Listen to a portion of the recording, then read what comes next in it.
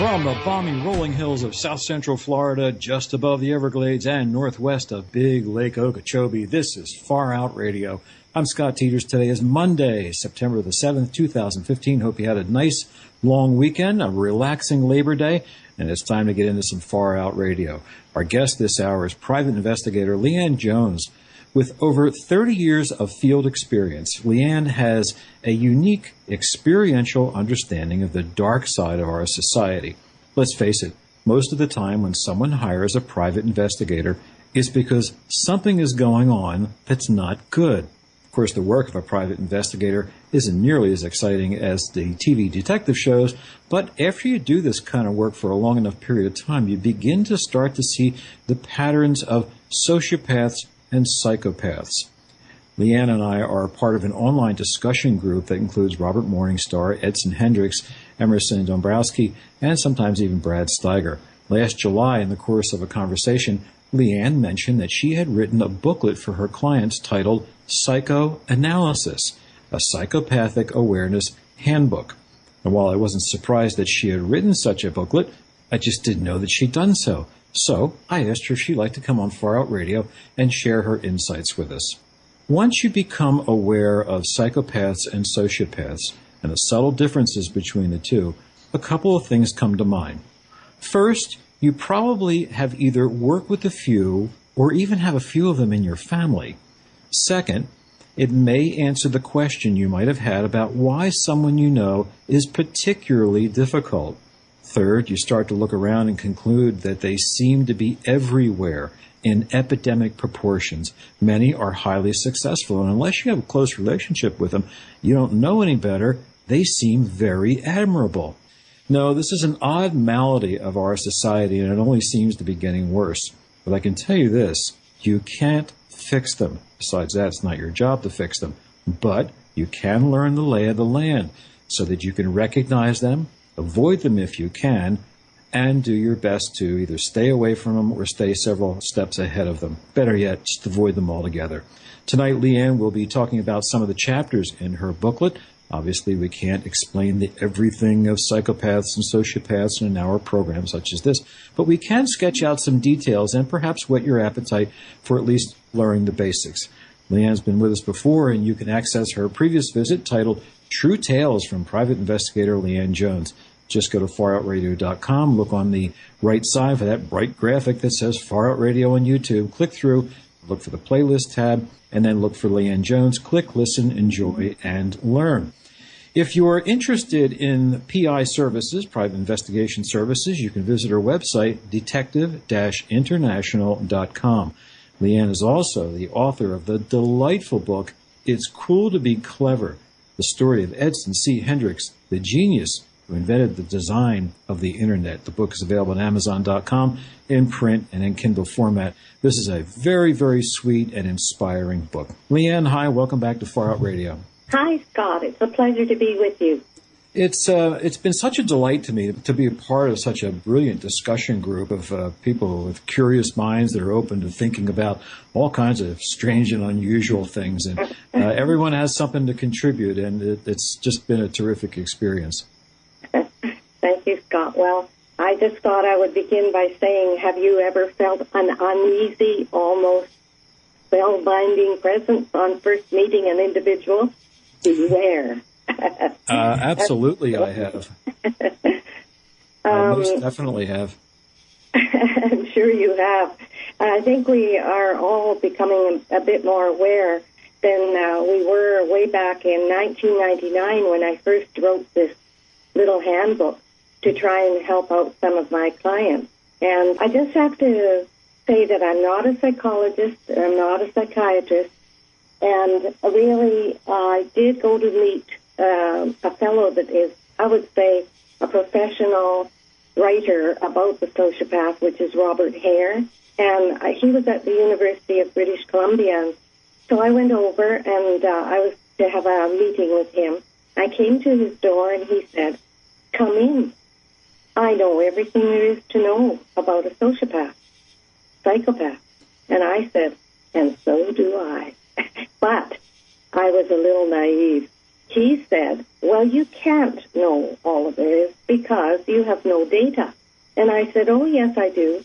I have them in all my cases. They're either the subject or they might even be the client."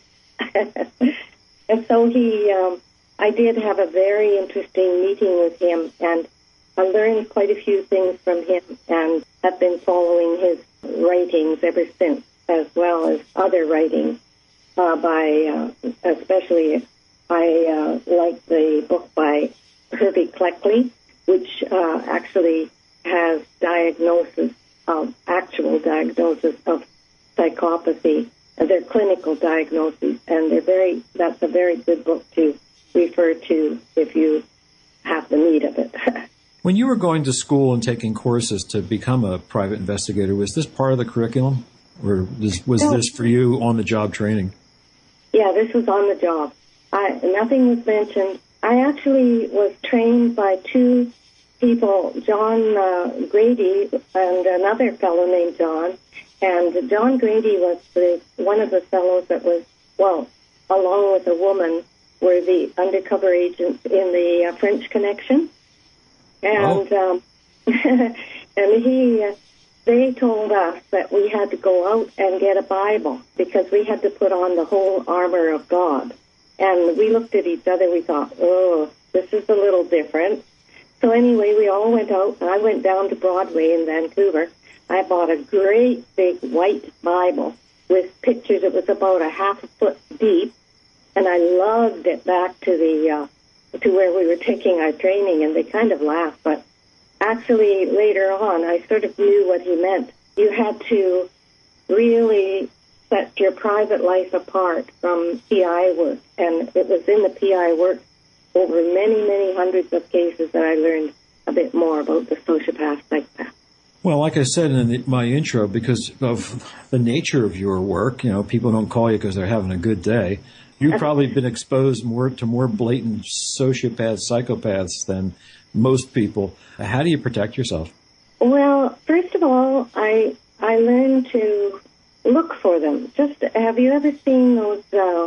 There are pictures where they say, "Now look for the donkey and the cart," and you look all over the picture and you don't see anything, and then suddenly you see it. It's up in the clouds, or maybe it's over in the tree. Sure. And once you see it everywhere.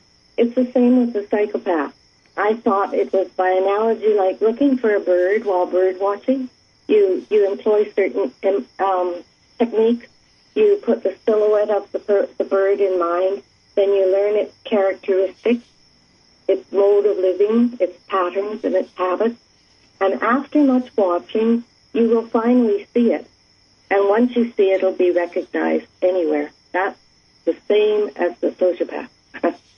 From my own light, independent study, and also just from life experience, one of the characteristics about sociopaths and psychopaths is that they're, most of the time, but not always, very, very smart. And they're also a lot of them can be extremely intuitive, and they're figuring you out. Oh, yeah. They are very, very clever, and they're often also very physically beautiful. And some say that beauty helps lure their victims. And they have quite a charm about them, a grandiose sort of sense of self-worth that appeals to people. They also think in a different way. They think in decades, but alternatively, they also are described as children of the moment because they act spontaneously. And if you look at their eyes, there's sometimes a brilliance in their eyes. And also they sometimes have eyes that are devoid of feeling. And they're very interesting because they need constant stimulation. They're really prone to boredom. One of their evident traits is their pathological lying. They're very cunning, and they are studying you for sure. If you had a mole on your hand that you didn't want anyone to see, or suppose you had a wart somewhere, the first thing the sociopath will notice and talk about when they meet you is that very thing that you want to hide. And also, they have a very good sense of smell. They seem to have often good memories, and they will take anything you tell them, especially if it's of a personal nature. They'll tuck it away, and they can use it against you later. Boy, oh so boy. They're pretty scary. Oh, man. Another interesting characteristic of the sociopath, psychopath is that oftentimes they manage to gravitate toward into large organizations and are very good at clawing their way to the top. Yeah, because, if whatever they want to do, it doesn't matter what they choose, you can be sure they're going to work their way until they get it, be it up to the top level of a corporation, or if they want sex, or it doesn't matter what it is, they will get it, and they will not give up. But the one beautiful thing about them is that they usually work very close to where they are. Like if they're in living in a certain place, they will maybe get involved with someone next door, or they don't go too far out of their normal pattern of living, so they can be they can be tracked by the very patterns that they have. And often, if they're in a corporation working their way up, or working their way into something, they don't always have. They can be picked out a little bit by their what would you say? They can get riled up very fast. They can become angered quickly, and they kind of want to say they frighten the people around them into letting them get ahead. Actually, I can well imagine that this just would create a living hell in a marriage relationship where you have someone with a volatile temper who, doesn't resort to verbal threats of, dissolving the marriage, throwing the other person out, all that other kind of strange stuff. Well, a person who falls in love with a psychopath or a sociopath, they should really be ready for a roller coaster ride of emotions. The sociopath may appear to have even changed. However, it's really, I always say, is it really the sociopath that has changed, or is it that you've learned how to deal with them? That's becoming really a perfect complement for this kind of personality. And the danger is that once the sociopath doesn't need you anymore, there is an immediate end. And then in my handbook, I always said to the various clients, then let them go quickly and don't look back, or often a violent consequence will occur. So that's a warning there. Yeah, they're not the kind of people you want to back into a corner, that's for sure. And if they want you for a friend, you have to be careful whether it's they really like you as a friend, or is it something that you have that they need. They will often buy the friendship of this. My grandmother had an intuitive understanding of this, although she probably didn't have the languaging on it, but she used to refer to people that fit this description as street angels and house devils. Well, that's interesting, because it's true with the young psychopath. Sometimes if you meet them, they're very, very charming on the public side. And they can walk right up to perfect strangers, and within 5 minutes, other parents actually wish they were theirs to take home. The psychopath likes being in the center of things, but alternatively, they can lay low and keep a low profile as well. they're uncanny about picking out personal vulnerabilities, as you mentioned before, but they can be very charming on the street side, but when you get them up close, it's very different story. Yeah, street angels and house devils. Watch out, gals. Guys, too, by the way. Obviously, Leanne, human beings aren't born this way. Do you have any idea or research data that indicates how does this happen to young people?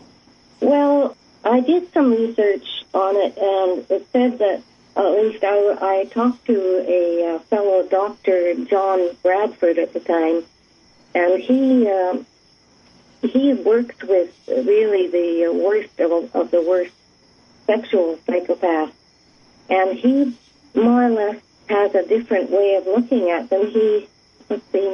He said that if a parent is lucky, they may happen upon some of behavioral modification programs built on the Skinner method.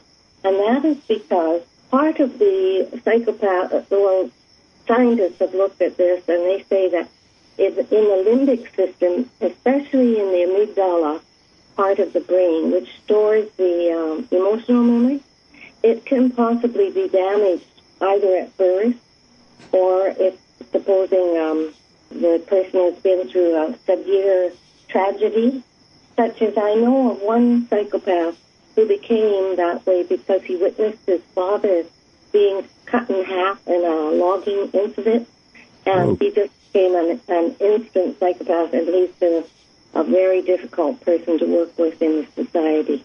So I think in the birthing process, with the lack of maybe the shutting off of oxygen, that's one thought that might have something to do with damaging the amygdala area of the brain. Or it's also another, it says here in this one area that I looked at, it said that scientists are still working on the theory that the area of the brain, the limbic nuclei, receives transmissions from the hippocampus, the amygdala, the hypothalamus, and the frontal lobe of the cortex. These are the areas that are associated with emotion and might be damaged. I'm sure since 1999 there's been a lot more discovery in this area. I realize that when we're raising children, there's oftentimes the phenomenon where a couple will have two children and these kids are just polar opposites, same parents, polar opposite children. I know a guy who has a son who was, just based on his behavior the last 15 years or so that I've known him, 20 years actually that I've known him, he's a psychopath. His dad's just a terrific guy, really nice fellow. His mom's a nice fellow too. And you just gotta wonder, like, what happened? You know? I know. Sometimes, well, as I mentioned, it could be something happening through birth, some physiological thing. And it is very difficult for parents who are dealing with this because they love their children and they look for programs. I think one of the best methods that I ever saw was a school that was built on the Skinner method, where the children that were sociopathic, the parents would come with the child in the morning and they would tell the teacher the bad behaviors. And if there were two bad behaviors, those children had to run a regulation lap on a regulation track. And then maybe the next time they come, they'd have 4 bad behaviors. So then they'd have to do 4 laps. And finally, they began to see that the less bad behaviors they had, the less laps they had to run. And the other thing to do with the Skinner method was that if they did good behaviors, or if they did something that was good, they were rewarded. So before long, those children, they were young enough to see what would happen, what the consequence would be. It began to work. But some of them became really good runners. And they did a lot of laps. They did a lot of laps. Leanne, we've got our commercial coming up. On the other side of the break, let's drift into a slightly different arena on this topic and talk about sociopaths and psychopaths as they had been portrayed in the movies. There have been quite a few of them. Many of them are completely memorable performances, and I'm sure that perhaps our audience will be able to relate to these characters because they were just such unforgettable characters in the movie. So, if you're just joining us, Leanne Jones is our guest this evening. We're talking about sociopaths and psychopaths, and we'll be right back.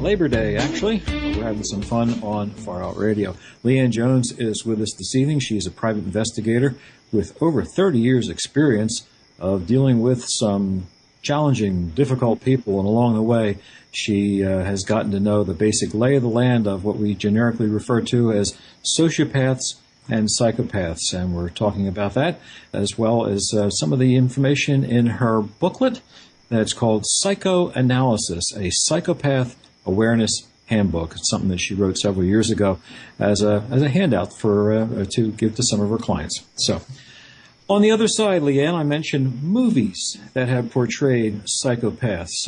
Got any favorites? Well, one of the first books that I read that was made into a movie, it was called Red Dragon by Thomas Harris, and that became Hannibal. Uh-oh. And I think everyone knows that one. And Hannibal was very, I thought it was a true depiction of a psychopath because he was very, very astute to figuring out the vulnerabilities of the people that he wanted to go after. And he was also very intelligent. He knew a lot about music and the arts, and he knew a lot of things that would lure the victims in. I thought it was quite interesting. The next one I thought was kind of shocking, but it was American Psycho by Bret Easton Ellis, and that was a scary one. And then there was Manhunter, Silence of the Lambs, Basic Instinct, Murder by Number, The Boys Club, Never Talk to Strangers, A Perfect Murder, The Two Faces of Dr. Jekyll, The Stranger Among Us, that was Paul Bundy, and The Craze were psychopathic twins, Fatal Vision, and some of the others. Fatal Vision, wow. Yeah, that was shocking. The Affair from Hell. It was, and I think a lot more people understand the psychopath since some of those things came out. There's a very good book, The Mask of Sanity, by Hervey Cleckley, who's a doctor, and out of that came the movie Three Faces of Eve. Mm-hmm. Then there's The Sociopathic Mind by Reed Malloy, and Without Conscience by Dr. Hare, the fellow that I met at UBC. Those are all things that I think the public are pretty well, they know about now. Of course, there's all the serial killers, Jack the Ripper, it goes on and on. Those are the severe, top of the scale psychopaths. KGB killer, let's see, quite a lot of the serial killers, the Green River killer. I went once to the one hearing with Clifford Olson, and he was a very interesting psychopath. If he didn't know a word, he would make one up, or if he didn't know how to pronounce it, he'd just go ahead and say it anyway. And then when he became very flamboyant. He said to the lawyer, well, I'm not worried about this hearing because the Americans are going to invite me down to the U.S. to work on the Green River killer case. And the lawyer looked at him and he said, Mr. Olson, you are not going anywhere. But it was kind of scary to watch him, how he would sit in and back and forth between being a really nice guy and being really scary. A few of the movies that jumped out at me, well, let me back up just a little bit. I didn't really get the wording on this topic until maybe 5 or 6 years ago. I was listening to Jay Widener on one of Jeff Rense's programs, and Jay was talking about psychopaths, and he referenced a book called Snakes in Suits. And it's about psychopaths in corporate America as well as in charity organizations, religious organizations, any place with a large structure. They seem to dwell there and oftentimes manage to claw their way to the top. But in the process of in the course of the conversation with Jeff, Jay, being a movie maker, referenced an old film from 1957 that I had never heard of or seen, and it's called Face in the Crowd with Andy Griffith. Now, I grew up with Andy Griffith, Sheriff Andy Mayberry, Mr. Nice Guy. Well, I came away with a whole new respect for Andy Griffith as an actor. He truly was a great actor. And this is just a terrific film about a wandering vagabond who makes good off of his ability to mimic people and to become charming. And he becomes a TV personality. A guy that goes on TV with this gosh, gee whiz, aw shucks way about him, and he sings songs on his guitar, and everybody just says, hey, he's a heck of a guy. And the story goes on from there, but this guy is a total psychopath. It's a great... I'm going to add those to my list. Those sound very interesting. Yeah. The other movie that Jay mentioned was a movie called To Die For with Nicole Kidman. And I remember seeing the movie and not especially liking it or giving it much thought afterwards. But Jay pointed out something of the movie that was really quite key to the understanding of how psychopaths work. And he described a scene in the movie where Nicole Kidman's character happens upon a car accident. It's a really bad car accident with people seriously injured. People are crying and screaming, and there's just a lot of emotion going on at this car wreck. And she gets out of her car and she walks up and she's looking at the people's faces. And she's studying this. This is the most curious thing that she's seen. And then you see her later on at home and she's looking in the mirror and she's mimicking the faces of the people and their grief. So she knows how to mime grief as a way to manipulate people. Well, that is very, very characteristic. That is one way that the sociopath can become socially acceptable. They can watch the faces of others. They can't feel the emotion, so they really don't know how that expression would be. But that would be a classic scene in that movie because that's exactly what they do. And also with the Andy Griffith one, actually the sociopaths and psychopaths are the best actors and actresses in the world.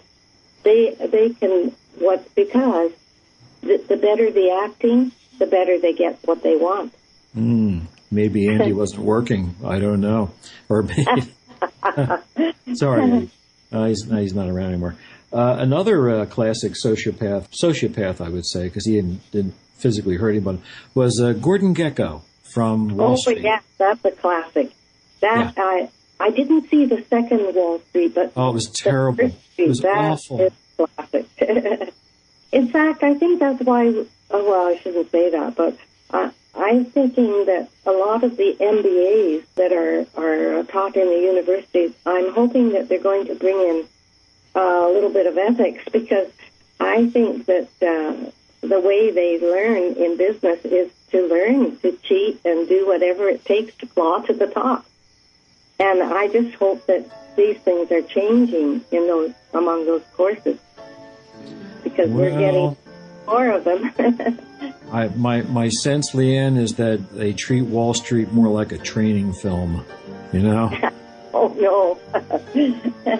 I do feel sorry for parents that have a sociopathic child, And I really did write. I actually wrote a poem for the sociopathic child, for the parents to understand. I wondered if I could say that to you now. Yeah, well, let's we have our music playing in the background, so on the other side of the break, how about it with your poem, okay?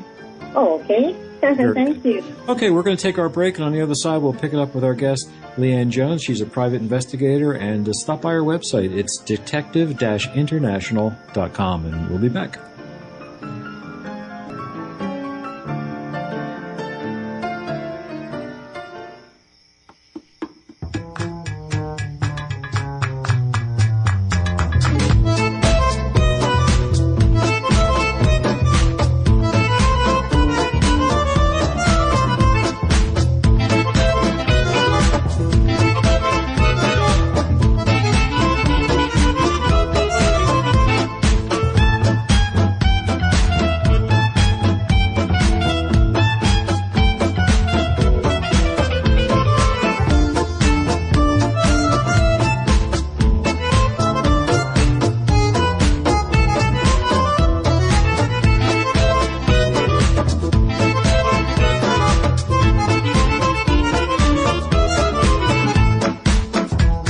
Welcome back to Far Out Radio. Our guest this evening is Leanne Jones. She's a private investigator, and her website address is detective-international.com.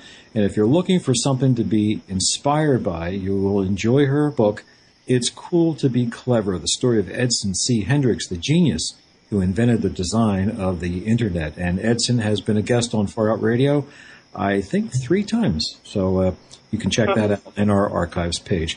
Leanne, before we get into your poem, I just want to wrap up one thought concerning movies. You mentioned the movie Hannibal. And yes. I remember when the movie came out, I was working at a toy company, and everybody was talking about this movie. So I finally watched the movie. The only thing I liked best about it was when it was over.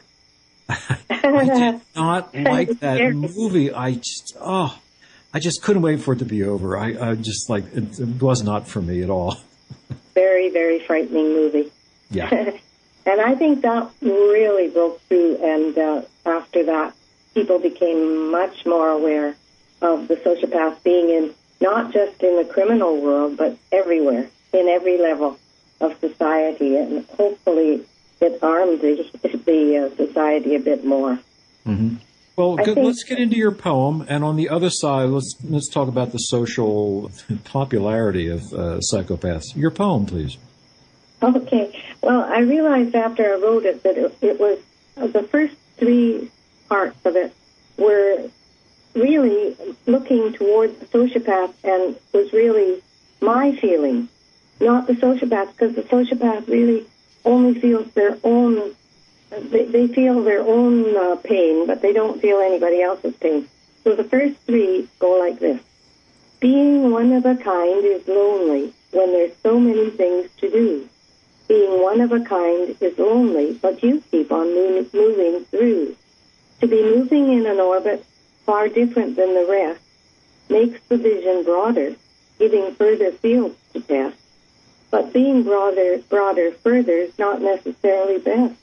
Being one of a kind is lonely without love and kindliness. Now, the last one is, I think, the way it really is. When you have learned to be alone and you're devoid of care, when you can't feel another's pain, there are many things you dare. That sums it up. You know, we're talking about psychopaths and sociopaths. How do you differentiate the two, or what differentiates the two? Violence? Yes, the degree of violence. There's a scale. I had a book. I was trying to find it today, but I couldn't find it. But the man's name was Stott, S-T-O-T-T. I have it in my library. But he says there's a scale of 1 to 10. The lower end of the scale we refer to as sociopathic behavior. As it goes up toward the top are the killers, and that's where Hannibal Lecters live. Yeah, and they're very scary. And it's really interesting with the sociopath or a psychopath for whatever reason, like be it tragic shock or separation, biological or birthing process, they really never gain respect for society's rules. And that's why they build their own structure. And they form all their reasoning from their own structure. Also, they feel their own pain and not the pain of others, and they're reckless to themselves. They always leave a loose end. And that's how, in my cases, I was able to solve quite a few cases, because they always leave a loose thread and a clue. And because they're really focusing more on their victim than on their own behavior. So in that way, it can be tracked. Is it my imagination, or does it seem like there are more psychopaths, sociopaths in our society today than there were in the past? I was thinking there was as well, but I was wondering if it was just that we actually recognize them more as well. But I was thinking it seems to be more, and maybe society is making it harder for people to survive, and it's the sociopath that is coming out and surviving. Come hell or high water, whatever they need to do, they sort of work their way through and survive. I can't help but wonder, with the seemingly nonstop flow of Hollywood entertainment. I mean, we just ticked through a list of movies. Now, the movie Face in the Crowd was from 1957. And, I don't have a chronological track record of movies that are specifically about psychopaths or sociopaths, but it certainly seems like they're more popular these days. I mean, there's a hugely popular television show that we just started watching called Dexter. And it was so odd about this series is that Dexter is a full-out psychopath, a psychopath killer. But they kind of make him a sympathetic or more likable character because he only kills other psychopaths. So that's sort of like his get out of jail free pass card, And they're kind of making a hero out of this fellow. Well, I think they built it in an interesting way in that he was the son of a policeman, and so the policeman. Although Dexter is a sociopath right from the beginning, the policeman is a good model so that Dexter was able to see what good behavior there is, but utilize his talent as a psychopath to get rid of other psychopaths, which is it'd be interesting to know who wrote that series. Yeah. Also, there's a copycat killer up here in Alberta who did the same thing, only he wasn't a good guy like Dexter. He actually just put ads in the paper for he wanted companions, and then when they came, he just did away with them. Oh, a little Sweeney Todd thing going on there. I can't not help but wonder when we take entertainment that is so finely crafted. I mean, when you watch an episode of Dexter, it's very, very well done. It's very well written. Acted really well by Michael C. Hall, plays the character of Dexter, and it's just a very, very good, finely produced program. There's another program coming out, but basically you're taking darkness and you're making light out of it. There's another program that's coming out next year called Lucifer. It's a Jerry Bruckheimer program. It'll be out next year. There's a long trailer for it. And the basic idea is that Lucifer, Beelzebub, the devil, Satan, decides he's tired of being a bad guy. He wants to be a good guy. So where's he going to go? The City of Angels. And he's going to help the police. But he's still a little on the edgy side because he's still Beelzebub, But there's this weird kind of, let's take bad guys and make them good guys, it's just, Yeah, well, and yet I was thinking about the compliment to the sociopath, too, like in Dexter, which is the woman that he chooses. In a way, it shows society how the psychopath or sociopath chooses a very sweet, trusting person. And then once the victim or the person they choose sees through them, then their relationship is absolutely over. Mm-hmm. And I was thinking, I hope that some of that comes through in the episodes of Dexter. But I know we all seem to watch these things. I spent most of the day watching Narcos, which is the story of Pablo Escobar. Oh, boy. And he was a classic psychopath. Mm-hmm. So I don't know. Maybe it's by catharsis. We watch these things and think to ourselves, we can peek into their world, but we don't. It's a sort of a voyeurism. We don't get hurt. It's very cathartic to realize we're safe in our own homes. Yeah, like watching a good train wreck. Boy, that's a lot of fun, unless you're on the train.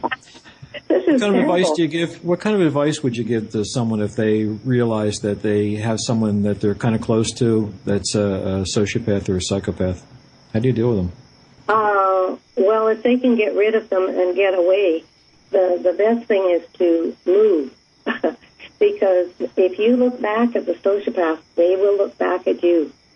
And so my advice in my little handbook and in all my cases was that once they could get away and start making a new life, to never look back. Mm-hmm. But that's harder. It seemed to me like it would be a very good idea to, if you can, disappear. Because if you spurn them, you may end up inviting their wrath. Leanne, we're just about out of time. You working on anything that you'd like to mention on our way out? No, I've just written. I've written a story about two of my earlier cases, and it's in the publishers right now. But it's called "Blood in the Cabin." It's a strange thing for a middle-aged lady to be involved with, but I thought it was important. All right. When do you anticipate that it'll be out on Amazon? Probably, I'm not sure. The publisher has it right now. It's just as long as it takes to edit it and get it out, I guess. Alrighty. Well, when your book is out, let me know and we'll have you back on. Well, thank you very much, Scott. I appreciate it. I enjoyed this time. You're quite welcome, and you're a delight to talk to and also to connect with via email through our little discussion group. Have a great evening. Bye-bye now. You too. That is our program for this evening. Thanks for being with us on a Labor Day evening. This coming Friday, Harry Cooper will be with us. He's the owner of Shark Hunters. We will be talking about World War II history. So have a great week. We'll be back on Friday with more Far Out Radio.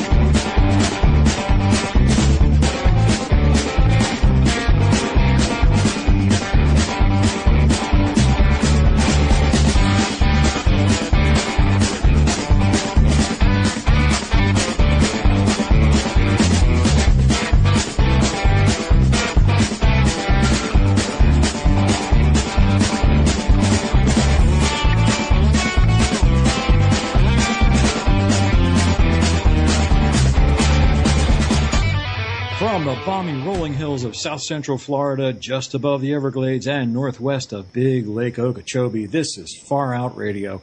I'm Scott Teeters. Today is Monday, September the 7th, 2015. Hope you had a nice long weekend, a relaxing Labor Day, and it's time to get into some Far Out Radio. Our guest this hour is private investigator Leanne Jones. With over 30 years of field experience, Leanne has a unique experiential understanding of the dark side of our society. Let's face it, most of the time when someone hires a private investigator, it's because something is going on that's not good. Of course, the work of a private investigator isn't nearly as exciting as the TV detective shows, but after you do this kind of work for a long enough period of time, you begin to start to see the patterns of sociopaths and psychopaths. Leanne and I are part of an online discussion group that includes Robert Morningstar, Edson Hendricks, Emerson Dombrowski, and sometimes even Brad Steiger. Last July, in the course of a conversation, Leanne mentioned that she had written a booklet for her clients titled Psychoanalysis, a Psychopathic Awareness Handbook. And while I wasn't surprised that she had written such a booklet, I just didn't know that she'd done so. So I asked her if she'd like to come on Far Out Radio and share her insights with us. Once you become aware of psychopaths and sociopaths, and the subtle differences between the two, a couple of things come to mind. First, you probably have either worked with a few or even have a few of them in your family. Second, it may answer the question you might have had about why someone you know is particularly difficult. Third, you start to look around and conclude that they seem to be everywhere in epidemic proportions. Many are highly successful, and unless you have a close relationship with them, you don't know any better, they seem very admirable. No, this is an odd malady of our society, and it only seems to be getting worse. But I can tell you this, you can't fix them. Besides that, it's not your job to fix them. But you can learn the lay of the land so that you can recognize them, avoid them if you can, and do your best to either stay away from them or stay several steps ahead of them. Better yet, just avoid them altogether. Tonight, Leanne will be talking about some of the chapters in her booklet. Obviously, we can't explain the everything of psychopaths and sociopaths in an hour program such as this, but we can sketch out some details and perhaps whet your appetite for at least learning the basics. Leanne's been with us before, and you can access her previous visit titled True Tales from Private Investigator Leanne Jones. Just go to faroutradio.com, look on the right side for that bright graphic that says Far Out Radio on YouTube. Click through, look for the playlist tab, and then look for Leanne Jones. Click, listen, enjoy, and learn. If you are interested in PI services, private investigation services, you can visit her website, detective-international.com. Leanne is also the author of the delightful book, It's Cool to Be Clever, the story of Edson C. Hendricks, the genius who invented the design of the Internet. The book is available on Amazon.com in print and in Kindle format. This is a very, very sweet and inspiring book. Leanne, hi. Welcome back to Far Out Radio. Hi, Scott. It's a pleasure to be with you. It's been such a delight to me to be a part of such a brilliant discussion group of people with curious minds that are open to thinking about all kinds of strange and unusual things. And everyone has something to contribute, and it's just been a terrific experience.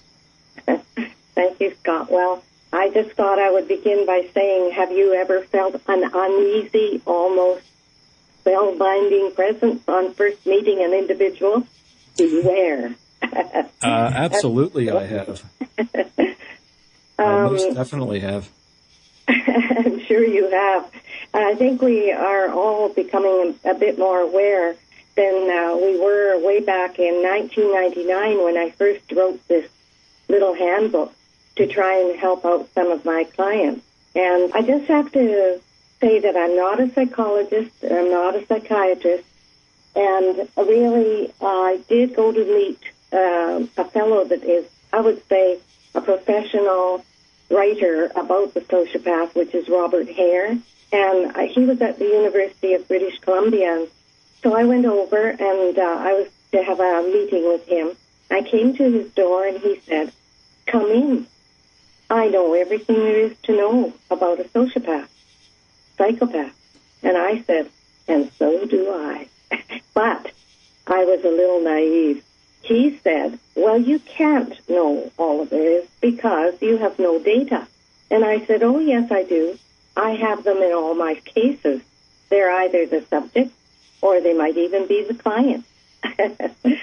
And so I did have a very interesting meeting with him, and I learned quite a few things from him and have been following his writings ever since, as well as other writings especially I like the book by Herbie Cleckley, which actually has actual diagnosis of psychopathy. They're clinical diagnoses, and that's a very good book to refer to sociopaths. They should really be ready for a roller coaster ride of emotions. The sociopath may appear to have even changed. However, it's really, I always say, is it really the sociopath that has changed, or is it that you've learned how to deal with them? That's becoming really a perfect complement for this kind of personality. And the danger is that once the sociopath doesn't need you anymore, there is an immediate end.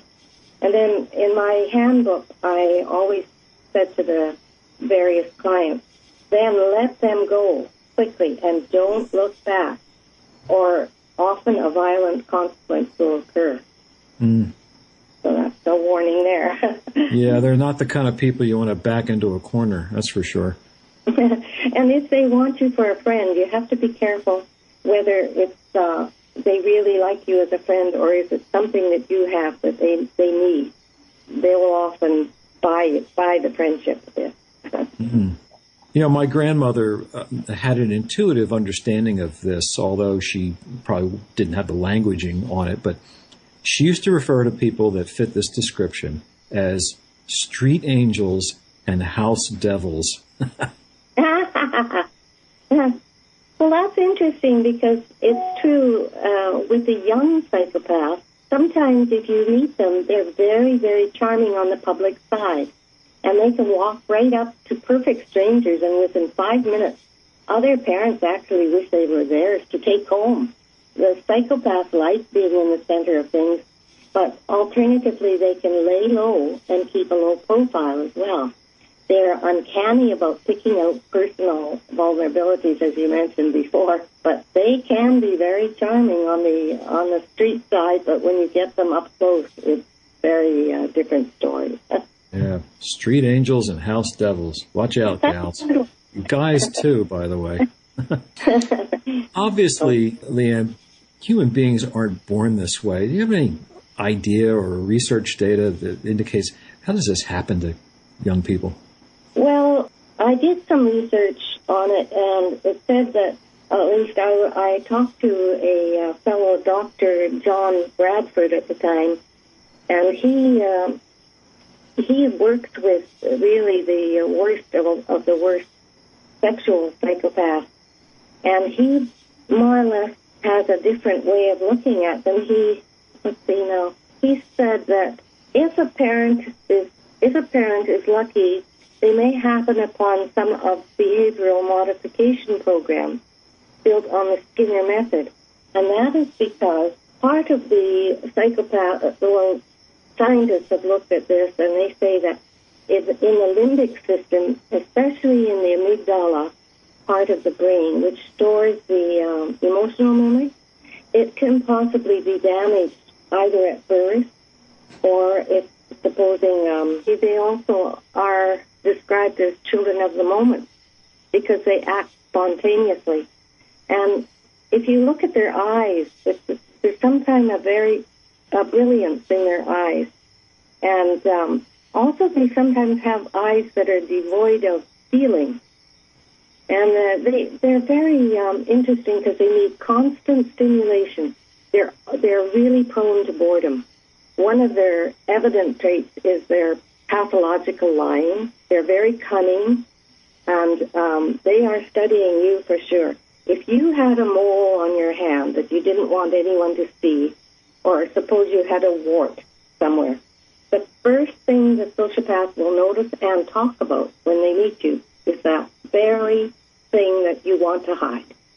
And also, they have a very good sense of smell. They seem to have often good memories, and they will take anything you tell them, especially if it's of a personal nature. They'll tuck it away, and they can use it against you later. Boy, oh so boy. They're pretty scary. Oh, man. Another interesting characteristic of the sociopath, psychopath is that oftentimes they manage to gravitate toward into large organizations and are very good at clawing their way to the top. Yeah, because, if whatever they want to do, it doesn't matter what they choose, you can be sure they're going to work their way until they get it, be it up to the top level of a corporation, or if they want sex, or it doesn't matter what it is, they will get it, and they will not give up. But the one beautiful thing about them is that they usually work very close to where they are. Like if they're in living in a certain place, they will maybe get involved with someone next door, or they don't go too far out of their normal pattern of living. So they can be they can be tracked by the very patterns that they have. And often, if they're in a corporation working their way up, working their way into something, they don't always have. They can be picked out a little bit by their what do you say? They can get riled up very fast. They can become angered quickly, and they kind of they frighten the people around them into letting them get ahead. Actually, I can well imagine that this just would create a living hell in a marriage relationship where you have someone with a volatile temper who, doesn't resort to verbal threats of, dissolving the marriage, throwing the other person out, all that other kind of strange stuff. Well, a person who falls in love with a psychopath, or so too, if you have the need of it. When you were going to school and taking courses to become a private investigator, was this part of the curriculum? Or was this for you on-the-job training? Yeah, this was on the job. Nothing was mentioned. I actually was trained by two people, John Grady and another fellow named John. And John Grady was one of the fellows that was, along with a woman, were the undercover agents in the French Connection. And and they told us that we had to go out and get a Bible because we had to put on the whole armor of God. And we looked at each other. We thought, oh, this is a little different. So anyway, we all went out. And I went down to Broadway in Vancouver. I bought a great big white Bible with pictures. It was about a half a foot deep, and I lugged it back to to where we were taking our training, and they kind of laughed. But actually, later on, I sort of knew what he meant. You had to really set your private life apart from PI work, and it was in the PI work over many, many hundreds of cases that I learned a bit more about the sociopath, psychopath. Well, like I said in my intro, because of the nature of your work, people don't call you because they're having a good day. You've probably been exposed to more blatant sociopaths, psychopaths than most people. How do you protect yourself? Well, first of all, I learned to look for them. Just have you ever seen those? There are pictures where they say, "Now look for the donkey and the cart," and you look all over the picture and you don't see anything, and then suddenly you see it. It's up in the clouds, or maybe it's over in the tree. Sure. And once you see it everywhere. It's the same with the psychopath. I thought it was by analogy like looking for a bird while bird watching. You employ certain techniques. You put the silhouette of the bird in mind. Then you learn its characteristics, its mode of living, its patterns, and its habits. And after much watching, you will finally see it. And once you see it, it'll be recognized anywhere. That's the same as the sociopath. From my own light, independent study, and also just from life experience, one of the characteristics about sociopaths and psychopaths is that they're, most of the time, but not always, very, very smart. And they're also a lot of them can be extremely intuitive, and they're figuring you out. Oh, yeah. They are very, very clever, and they're often also very physically beautiful. And some say that beauty helps lure their victim. And they have quite a charm about them, a grandiose sort of sense of self-worth that appeals to people. They also think in a different way. They think in decades, but alternatively,